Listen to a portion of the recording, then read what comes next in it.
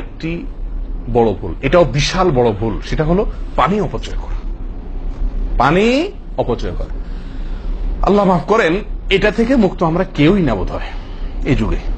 পানি অপচয় ওযুর সময়, ভাই আমাদের ওযুতে কত পানি লাগে। আপনি যদি, আমরা তো বেশিরভাগ লোক এখন ট্যাপে ওযু করি না, আপনি যে ট্যাপটা ব্যবহার করেন ওই ট্যাপের নিচে যদি একটা কি রাখেন, বালতি রেখে দেন, আপনি ওযু করার শেষে লক্ষ্য করে দেখেন একটা খালি বালতি যদি রাখেন কি পরিমাণ পানি পড়বে আনুমানিক? প্রায় এক বালতির মতো হয়ে যাবে না?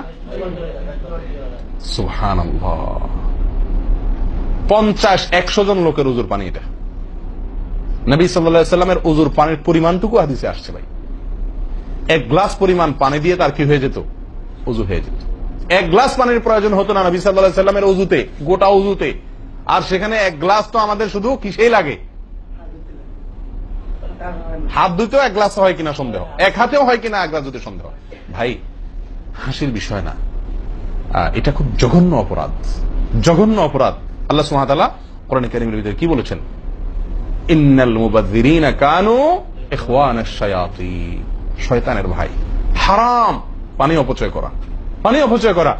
সাহাবায়ে কেরাম জিজ্ঞেস করছেন, ইয়া রাসূলুল্লাহ, আমরা তো কেউ বলবো ভাই এই যে নির্দেশ নিষেধ এগুলো তো সাহাবীদের যুগে পানি টানাটানি ছিল, মরুভূমি এলাকার লোক ছিল, তখনকার বোধহয় সমস্যা।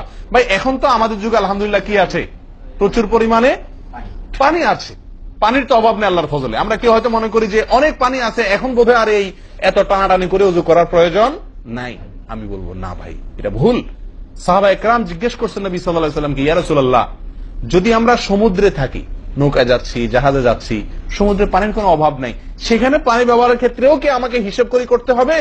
অতিরিক্ত করলে হিসাব দিতে হবে? নবী সাল্লাল্লাহু আলাইহি ওয়াসাল্লাম হাবাচক উত্তর দিয়েছেন। ও ভাই, তাহলে বোঝা গেল যে পানি ট্যাঙ্কিতে আছে, আপনার লাইনে পানি আছে, এই জন্য আমি পানি অপচয় করার অনুমতি আমাকে শরীয়ত দেয় নাই। অতিরিক্ত পানি ব্যবহার করলে আমাকে হিসাব দিতে হবে।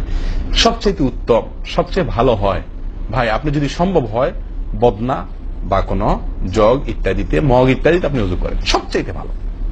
টেপের মধ্যেই বেসিনে একটা মগ রেখে দিলেন, ওইটা দিয়া ঢেলে ঢেলে আপনি ওযু করেন, তাহলে পানি অপচয় হওয়ার সম্ভাবনা সবচাইতে কম।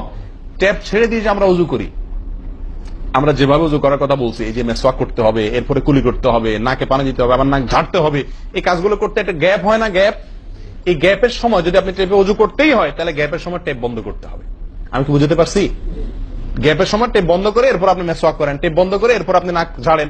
আপনি টেপের পানি পড়তেছে, এদিকে আপনি অন্য কাজ করতেছেন, তাহলে এটা অপচয়ের গুনাহ হয়ে যায়। ভাই আমি ওযু করছি ইবাদত করার জন্য, ওযু করছি আল্লাহ সুবহানাহু ওয়া তাআলাকে সন্তুষ্ট করার জন্য, আবার কাজ যেটা করতেছি ওযুর মধ্যে পানি অপচয় করে, সেটা হলো শয়তানের ভাইয়ের কাজ, শয়তানের কাজ।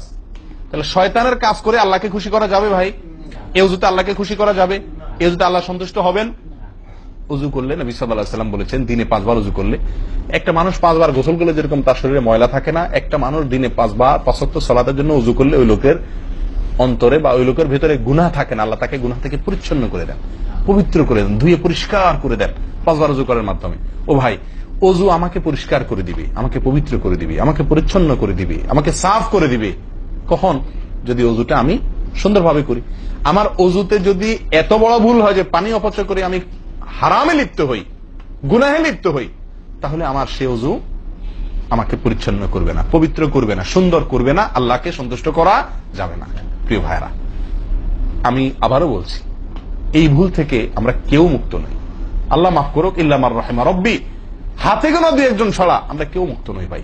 ওযু করার সময় পানি অপচয়, আজকে টেপের যে কালচার, এই টেপ ছেড়ে আমাদের ওযু করা, এটা জঘন্য একটি ভুল। যদি টেপটা আমি ছেড়ে রাখি, হ্যাঁ আপনি ওযু করছেন, বন্ধ করে নিচ্ছেন, আবার দরকার হচ্ছে চালাচ্ছেন, এটা হলে ঠিক আছে। আপনি যদি এটা করতে যান পাবলিক ওযুখানাতে, হয়তো পিছন থেকে কেউ আপনাকে তাড়া মারবে, আরে ভাই তাড়াতাড়ি করেন, দেরি করতেছেন, মারুক ভাই তাড়া, সে তাড়া মারুক, কিন্তু আপনার ওযুটা কি করতে হবে? আপনাকে কোয়ালিটিফুল ওযু করতে হবে। আল্লাহ তাআলা আমাদেরকে সে ওযু করার তৌফিক দান করেন।